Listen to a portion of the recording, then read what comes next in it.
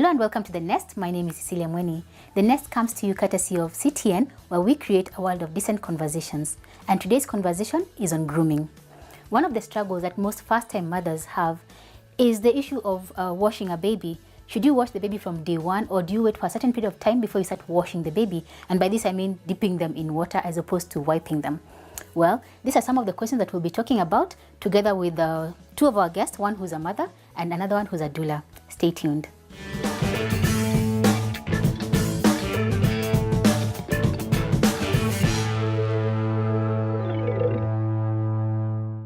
Welcome back to The Nest, where today we're talking about grooming. Joining me on the show is Mama Iman, or Michelle. Yeah, introduce yourself. My name is Michelle, and I am a video editor, and I'm a jack of all trades. I like to think that I can do so many things, and I'm also a commercial model, and very importantly, a wife and a mother. Wow. Yeah. Jack of all trades. Yeah. All right. So, Michelle, we talk about, of course, grooming the baby. Yeah. And I'm just wondering, as a first-time mom, what are the things that you struggled with? Especially, okay, let me just put it in the context of bathing the baby. Yeah. Like, did you wash your baby the first time you got the baby? Like, dip them into water the first time? No, because I remember the first time the nurse, I was still in hospital, and the nurses came and they were like, we need to wash the baby. I was like, no, my precious little baby, you know. So I had to wait until I can bathe her myself, which was like after the first week, I think I only wiped her. Oh. Yes, until I was ready now to dip her in water. Okay, so is it something that someone told you, or you knew that it's not good to dip the baby? What's your idea around washing the baby? I think I was just scared to do it. So, but I would really, take the cotton wool and, the soap and wipe her, because, newborns are born with a lot of dirt, So I would make sure that I would clean, I used to move in sections, the ears, outside the ears, the face, the scalp, the neck, the folds, I would move in sections. I wasn't, ready just to dip her yet, and just to, What are you scared of? First of all, the what is it called? Cord. Yeah, that one really scared me. And then also, the baby is so tiny, the neck is still weak. So I had to wait until I thought I was ready. So, yeah. Later now I did it. Okay. Yeah. So what would you say? You said you used to wash the baby bit by bit. Yeah. But what was like your grooming sort of routine for the baby the first time that you had the baby? Okay. The first time I had my baby, the routine was really, I can't say I really had like a routine, but I would just do, as I said, like I would move in sections, make sure the ears were groomed, because those are the most critical places, the ears, the back of the ears, the folds, make sure, the scalp is clean, and then her nails were growing really fast. Yes. I made sure that when I bathe her, I would bathe her first and then trim her nails, because when you bathe her now, the nails are a little bit brittle, so you can cut them without, having to think that your baby is in pain. Yeah. And that's about it. Okay, let's talk about the nails. So you used nail clippers, or did you bite them? Because I've had people saying they're scared of, clipping off the skin. No, as long as I would know that I've washed her and they're malleable, I would just use clippers. So I would expose the canal and then clip it off. But I would make sure it's just the white part. Yeah, only the white part. It wouldn't go down to the other part. Okay. Yeah. What about her hair? When was the first time you cut it?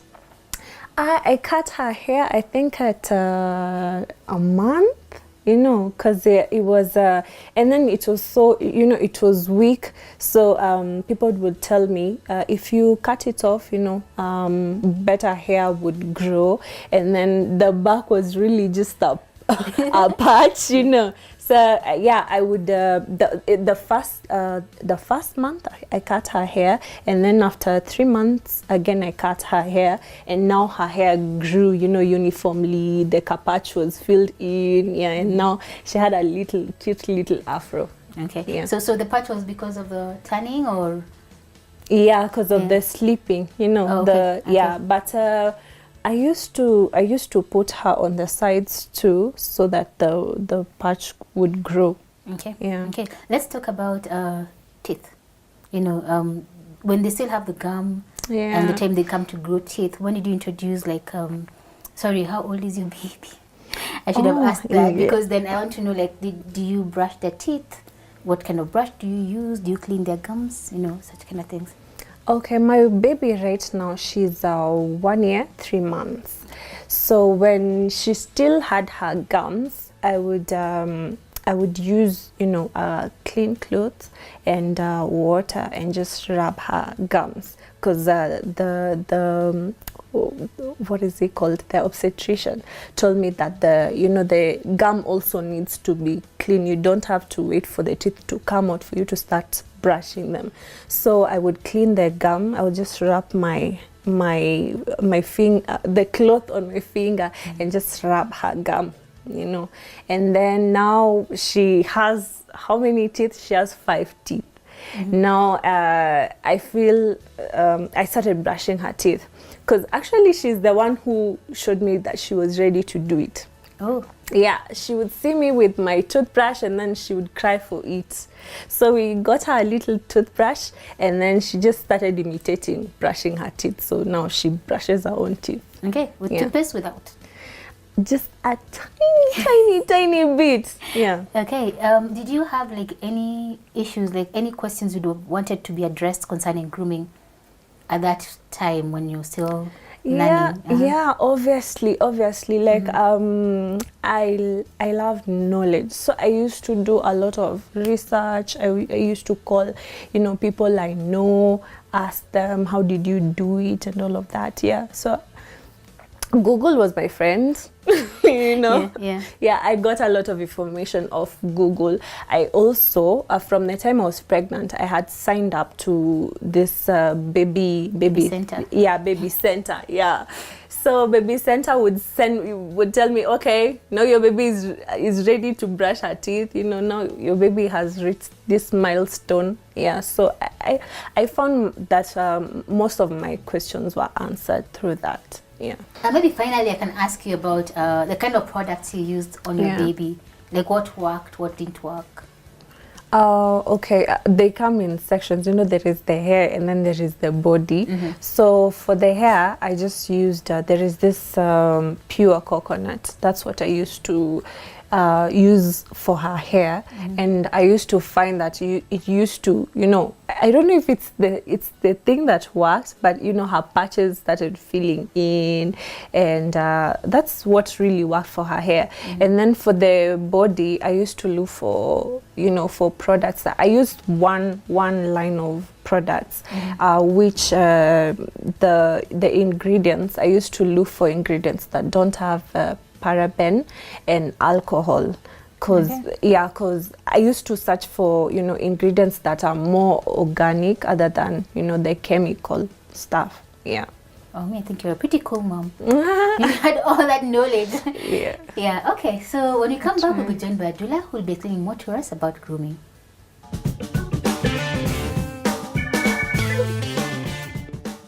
For baby girls, you want to wipe the poo-poo coming from up going down. Yeah, so you don't wipe from down coming up.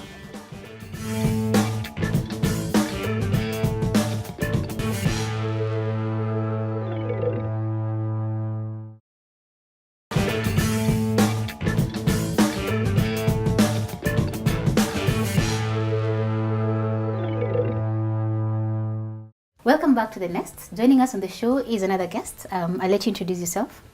Hi. Hi. My name is Esther Kimani.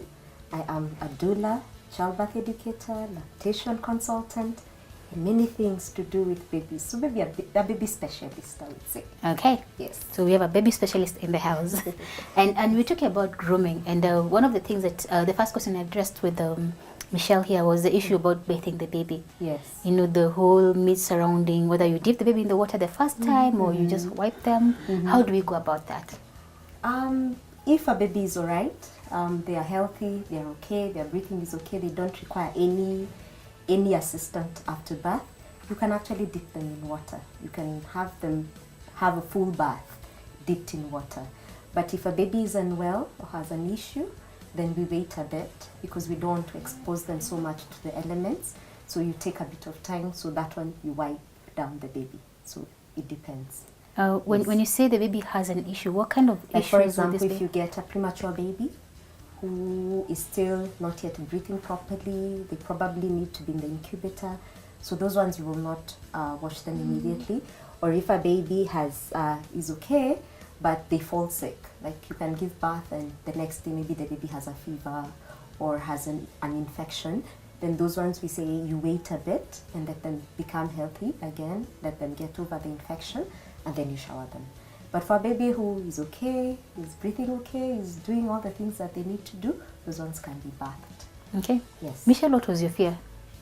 Oh, my fear was about the umbilical cord. Yes. Yeah, it used to get me so scared to wet it. Yeah. So yes, but research and studies show that as long as the umbilical cord is kept dry after the washing, so what you do, you wash the baby and then you wipe it with either with spirit, which dries out the water, it evaporates the water, or with chlorhexidine, which is a solution that you'll be given in hospital, that also dries the area. Then what you also want to do is when you're putting the diaper, you avoid putting it on the cord and leave it, because sometimes it's wetted by the urine that goes up the diaper. So you tie the diaper below the umbilical cord, so that the cord is generally left dry. So the issue is keeping it dry, because there are some people who don't wash the baby, but they still don't keep the area dry. So that still causes an infection. So it is fine, but after washing the baby, wipe off with spirit or the chlorhexidine, and that will allow the place to heal, the cord to heal. Okay. Yes. Okay, as adults, we believe in, of course, showering every day. Yes. Do we have to wash our babies every day? Contrary to belief, no, not necessarily. Babies have very dry skin. They tend to have very dry skin, and sometimes washing them every day can really dry out their skin. It might be a cold day, and if you don't have a way of warming up the room, in terms maybe you don't have a heater or it's a very cold day, then it's fine for you to skip instead of exposing the baby to cold. So because the first thing that you have to make sure is that your baby is kept warm. So if that is not there, then it is okay to skip a bath and wait for the environment to be good for the baby, so that the baby does not get sick. Okay, let's talk about July. Yes, like With that July. in mind, I'm Yes, thinking then yes. that means the baby will probably not shower for the whole month. So different places. If you have Yeah. a heater, you can use a heater. If it's like up country where we have the kitchen, where there's a fire, that place is usually warm. You can wash the baby there. Even in July, sometimes the sun comes out in the middle of the day. So wash the baby at that time when it's warm. Sometimes even our kitchen with our gas cookers and the stove, when you're cooking, it gets hot. So you can work around that. Maybe you're cooking something, the air is warm, wash the baby at that time. All you need to do is make sure that the environment around is warm enough for the baby at that particular time. Yes. Okay, let's talk about now the different body parts and grooming the different body parts. Yes. Michelle talked about using a piece of cloth to clean the gum. And I don't know, Michelle, did you also clean the tongue of the baby? I actually heard about it now. Yeah. I didn't used to clean her tongue. Oh, okay. So should we be also doing that? You can clean the tongue. And the same cloth, I think she mentioned you should use a cloth on the gums, and you tie it around your finger. So this cloth, by the way, has to be clean. So the first thing you do is boil it. Boil it to kill any germs that the cloth might have. Then you can take it in time when the baby is a bit hungry, and then you roll it. Like you form like a fold on the cloth, and then just give the baby when it's still wet. You've cooled the cloth, but it's wet. So when you put on the baby, because they're hungry, what will they do? Suck. They'll suck. So as they're sucking, that suckling motion will help clean the tongue. And then you clean the gums, and that keeps both the gums and the tongue clean. When the tongue has a very thick layer, it can lead to thrush, what you call oral thrush. They can get a fungal infection in the mouth. So sometimes it's good to keep even the tongue clean. Okay, I was just about to ask you, why then do we clean? Yes. You know, there are no Yes. teeth, you know, so what are Yeah. we cleaning? Okay. Yeah. Then speaking about oral health, when do we start brushing their teeth? What kind of brushes do we use? Do we use toothpaste? So we start brushing from the first tooth, which Okay. depending on your baby might appear anywhere from 6 months to 12, 13, 14 months. Babies are different and the range is different. But once the first tooth appears, then you brush it. So before a year, you just brush with warm water. There are specific brushes for babies. So you get the brushes and you just brush. You just play around with it and brush in the evening after the baby has had their last bottle. Now, for teeth to grow well, most people say, but the teeth will come out and they'll come others. But what happens if the foundation is wrong? Even the teeth that come later tend not to be very healthy. So you want to take care of these teeth, and these teeth have to carry your child up to around age 5, 6. So if they already have tooth decays, then they're always constantly in and out of the dentist office. So you clean, and by 6 months, most babies are eating food which has sugar, whether it's fruits or the other foods. So you brush, and then don't give your baby nighttime bottles. You know, like the baby wakes up at midnight and you give them a bottle. Yeah, give them water at that time. They don't really require night feeds unless it's breastfeeding. Yeah, give them a last bottle before they sleep. Then you brush their teeth with the whatever teeth and let them sleep at night. Yeah. Okay. Then continue on. By age 1, when now they usually have more teeth, you now add toothpaste. Now there's specific toothpaste for children as well. They have low fluoride. They don't have as much fluoride as the ones for adults. So we recommend that you use that and use a very small amount because the baby is going to swallow. And use that children toothpaste to around age 5, where most babies now are able actually to spit out. So use a child toothpaste for the first few years of their lives. Okay. Yes. Okay. Going back to the feeding. You said you don't need to give them a bottle at night, but you Yes. can breastfeed them. What's the difference? Because the breast milk is very different from like the milk that you would use. The bottle, the way a baby holds the bottle is very different from how the breastfeeding goes on. When they are breastfeeding, the nipple is at the back of the mouth and the milk actually does not come into contact with the teeth. Okay. It goes in. With a bottle, they hold it with their gums here. So the teeth come into contact with the milk. So that milk, because milk has sugar, we talked about lactose, which is a sugar, it starts eating away the teeth. And that is when you look, you find a lot of babies, these upper teeth here have cavities. They even have black marks, and these are small babies. And by the time the baby is 2 years, they have cavities. So this is constant use of night feeding. And what happens, some babies learn to sleep with a bottle. So they actually sleep most of the night, either with a pacifier or a bottle in their mouth. So that will really, really lead to even poor teeth formation because the bottles push up the gums, and babies' gums are still malleable. So they push up, so later your baby will have what you call a bite and might need braces, to straighten the teeth. Yeah, so it's important for you to take care of your baby's teeth. Braces are expensive, they're very expensive. It's an expensive affair. Same applies to the pacifier. Yes, same applies to the pacifier. So we say with pacifiers, if you can, don't use it. Most babies who use pacifiers will need braces in the future. Yeah. Wow. So it's a good thing a man refused pacifiers. Oh, it's a good thing. Yeah. Okay. Did you know all these things by the way before, Michelle? Did you know that about the bottle feeding at night? Yeah, I think I read about it somewhere, but about the pacifier and the teeth, lifting the teeth. But about the bottle at night, no. But my baby does not take bottle at night. Yeah. It's only breast milk. Yeah. Okay. So let's go to the eyes. We've talked about the oral health. Yes. Yes. Yes. So the eyes, basically, you just need to wipe off at the edges and make sure that the little eyes, any discharge that is there, you've cleaned. But for newborns, most newborns tend to get infections with the eyes.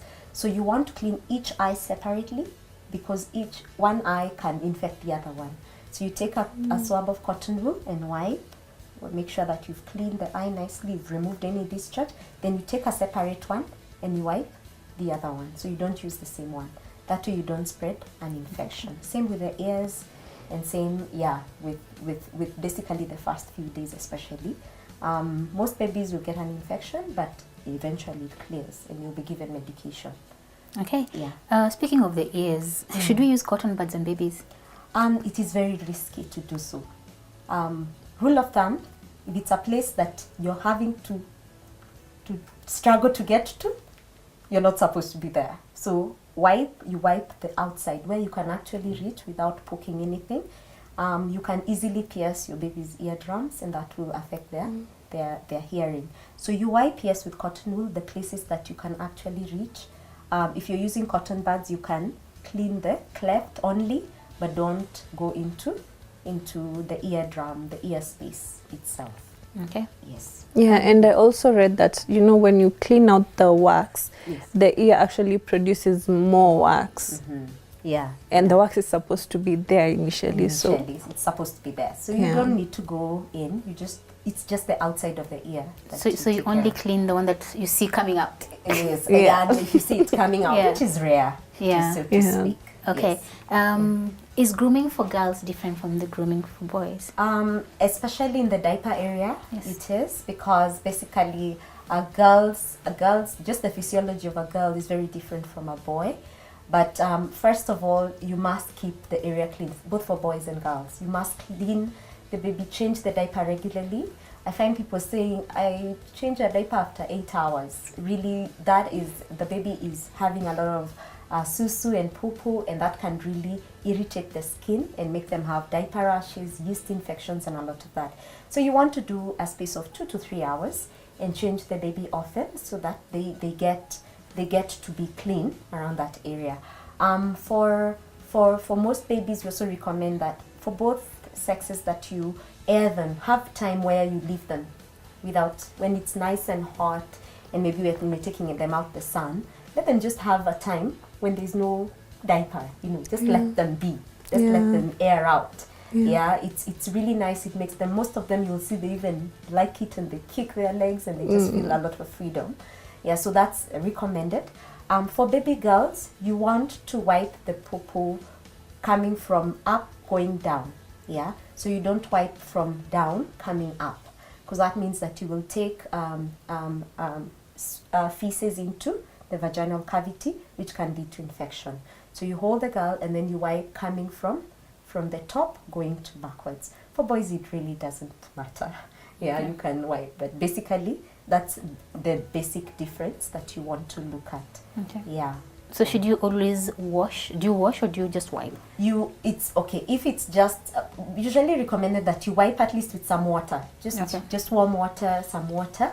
It's good to wipe even with pee, because even urine has got some acidity in it. So every time you change your baby, just take a warm cloth or some cotton wool and wet it and just wipe the baby. If it's a poop, then of course you need to wipe with a bit more water, because you will need to be able to keep the area clean. So for the little girls, you might need to wipe inside and check if you use your hand and see if there's a bit of poop. So you don't really go inside, but just wipe gently on any area that you're seeing that might have some poop, and you clean that out. But basically the vagina is a self-cleaning organ, so you also don't need to clean a lot of the good bacteria. The good bacteria. So you just clean gently, and that's good enough. Wow. Okay. Maybe to just finalize, let's talk about products. Yes. Our parents used to powder us when we were kids, and most mothers now, I don't know if you powdered your baby. No, never. No. Actually, research showed that powder babies also sweat a lot, and they poop, and what happens, the powder would trap bacteria, leading to infection. So then for some babies who have very sensitive, maybe they're asthmatic or they have a lot of allergies, the powder would enter their lungs and actually lead to infections. So we don't recommend powdering. Just use if you need to use a certain oil around the diaper area if you must. But for powders, really, you don't really need to use it anymore. Okay. Yes. Okay. I use something with zinc and castor. Yes, for the Zinc, diaper area. yeah. Zinc and castor is a great barrier. It's a great barrier cream. So it makes the skin have like a barrier, so that the urine or in that place, because it tends to be wet, but it stays dry because of the barrier cream. So zinc and castor is a great oil for the diaper area. For the other areas, my view is that babies tend to put everything in their mouths, their hands too. So if you're using a product that has a lot of, I heard her talking about parabens and a lot of these things, and the baby is eating, it means over time the baby is ingesting things that might not be very good. So my view is, why don't you use natural oils or edible oils? Edible oils are like sunflower oil. Amazingly, I used to apply Rina sunflower oil on my baby, cooking oil. Yeah, you can use coconut oil. Costerians are great. The coconut oil is a great oil. It actually has something called oleic acid, which actually makes the skin retain moisture. And as I said, babies tend to have very dry skin. Olive oil, on the other hand, has what we call linoleic acid that also now dries the skin. So olive oil is not a good oil for the skin, but it's good oil for the hair. Because the hair, you actually don't want a lot of oils in the hair. You want it to be stripped so that the baby doesn't get dandruff. But for the body, you can use coconut, you can use sunflower. Nowadays we have shea butter from West Africa. There's a lot of shea butter around. So edible oils, cocoa butter, oils that are edible and don't have a lot of other products that are not healthy for your baby. What about not using any product? Your baby is very dry, would be very, very dry. Baby's skin are generally quite dry. The layers of skin, over time your skin matures. The layers of skin are very thin, so they don't retain moisture very well. So it's very good. It's good to moisturize your baby's skin so that it doesn't dry out. Because when it dries out, then it makes it prone to infection.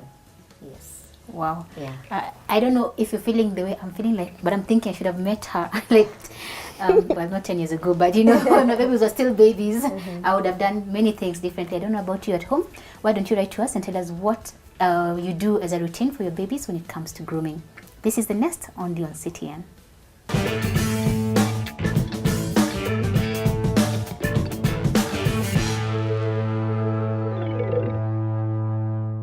Welcome back. As you can see, I still have my guests here. We're going to do something a little bit different. Esther is going to show us how to wash a baby. Yes. Karibu. Or rather, at least the positionings. Yes. Since we don't have our bucket here or our whatever. So we're going to use you. You are our mommy. Okay. And this is baby. What's our baby's name? Omosh. Omosh, eh? Yes. Wow. Baby Omosh. Yeah. So the first thing that baby. you want to do is to clean the face, which is one area that most people don't know what to do. So as I said, you take a swab of cotton wool, and then you would now take starting from the inside of the eye, and you would wipe out, going outward like that, and you're just making sure that you're getting any discharge out. And don't worry about your baby's eyes. They'll just close their eyes when they feel you doing that, yeah? You take a different one and you would clean the other eye, yeah? Then you would take the ears, a different one, and clean the ears like that. Okay. Like that, and you clean and you clean and you clean, and same with the other ear. And then now for the rest of the face. Now one mistake that we do is that we don't wash our babies' faces with soap. So what happens, you see a lot of babies with very many rashes, and babies do get acne. We call it infant acne. And as you know, with acne, one of the ways to deal with acne is to clean your pores. So you do need some soap. So you would take your cotton wool and put your soap, whichever soap that you've decided that you're using, put some, and then you come to the baby, and then you wipe the rest of the places that did. So you're just wiping, making sure the soap doesn't enter your baby's eyes, and you clean nicely, just clean nicely. Then now you would take another cloth that is, wet it in water, and you now wipe off the soap, and you wipe maybe several times to make sure that the soap has already come out. So you find your baby's face being very clear and they don't get a lot of rashes. Yeah. So once now that's done and you've cleaned the baby, then do you remember how you were holding your baby when you needed to clean the head? Oh, like this? You were cleaning like that? Yeah. So the best way to do is to do what we call a rugby hold. Okay. Yeah. So you hold your baby like that. Yeah. In a rugby hold. And then you have your bucket of water. And what this happens, it gives you a good firm hold. You can keep the baby in a towel so that the baby you're feeling like you're holding something. And then now you wash the head. So you wash the head, making sure that the water is not, of course, entering the ears. And you wash with soap. Use the tips of your finger heads to stimulate the scalp, and you wash and rinse off the water. After you're done, wipe the baby's head. Babies lose their heat through their head. Yeah, that's why we put hats on babies. That's how they lose their body heat. So you want to dry off the water so that the baby retains their heat.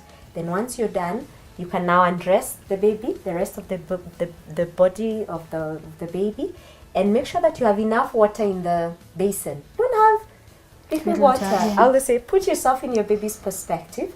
If you're doing a birth and the water is just touching your bum, it's very uncomfortable. It's not fun. So make sure that the water is enough in the basin. And then what you do, we use what you call a safety hold. So a safety hold is like this. You hold your baby, yes, and you circle your face there, your hand there, and the baby rests on your palm. Then now you place the baby in the water, and now you use this hand to clean the baby. Yeah. So when the baby is like this, they are nicely in water, you have a firm hold, they're not gonna slide out, and you can actually wash places. Yes, you can wash all the place and feel like that. Once you're done, you would come and you use this hand like that. Oh, yeah. And yeah, then like you that. turn the baby like that, and then make sure that the baby's head is turned to the side, and then now you wash the rest of the place. Okay. Yeah. Once you're done, play special attention on the diaper area, so that because that place tends to get more dirty, and wash off all the places. The folds, babies have folds, so make sure that you're touching all the places. Rinse off the baby, then the baby comes out and you wipe them off and oil them. Okay. Speaking of the head area, how do you deal with cradle cap? So cradle cap is cradle cap generally happens around the front part of the baby's hair. So cradle cap is an overgrowth of skin, basically. It's dead skin that has grown over time and it becomes a layer.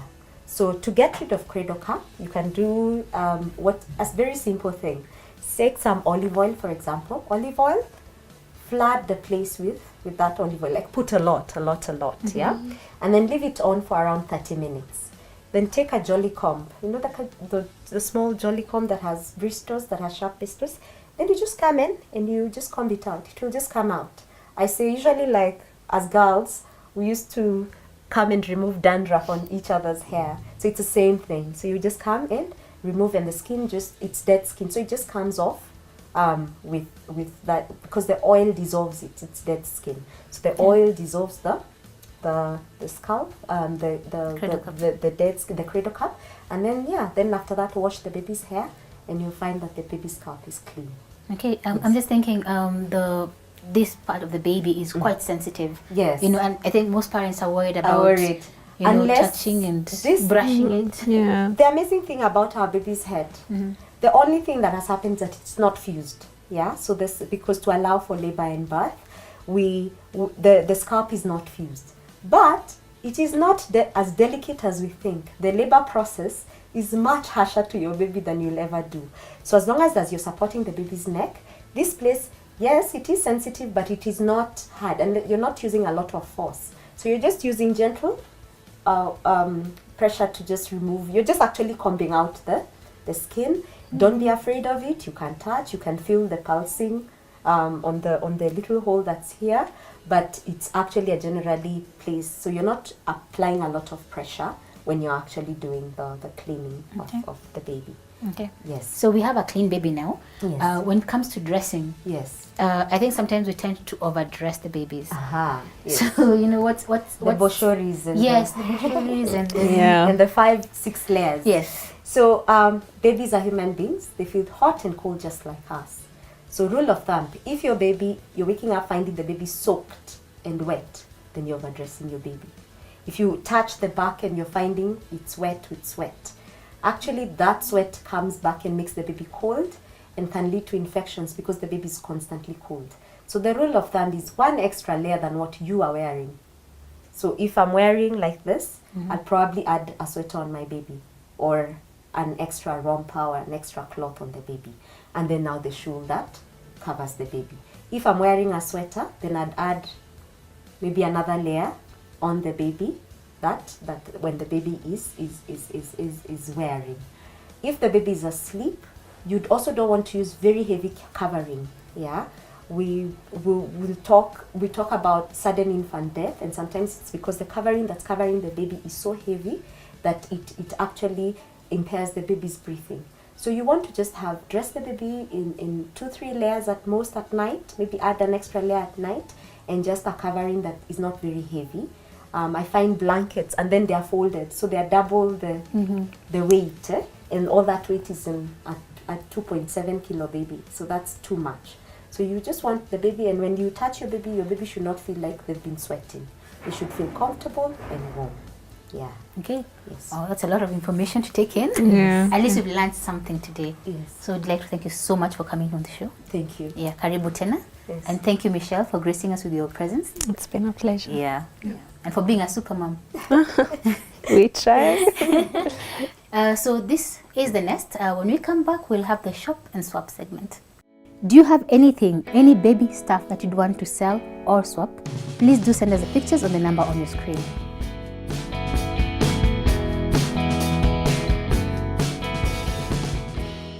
So this has been the nest, where today we're talking about grooming. One of my take homes has been the fact that babies just need one more layer of cloth compared to what you have on. That's a take home for me. I don't know about you. Why don't you tell us about what you think about the show and what you'd want to learn from the show? I'd like to thank, of course, Eastland Hotel for hosting us, our cameraman, our producer for this wonderful show, and of course our guests, that was Michelle and Esther. My name is Cecilia Mweni, and this has been The Nest, only on CTN, where we create a world of decent conversations.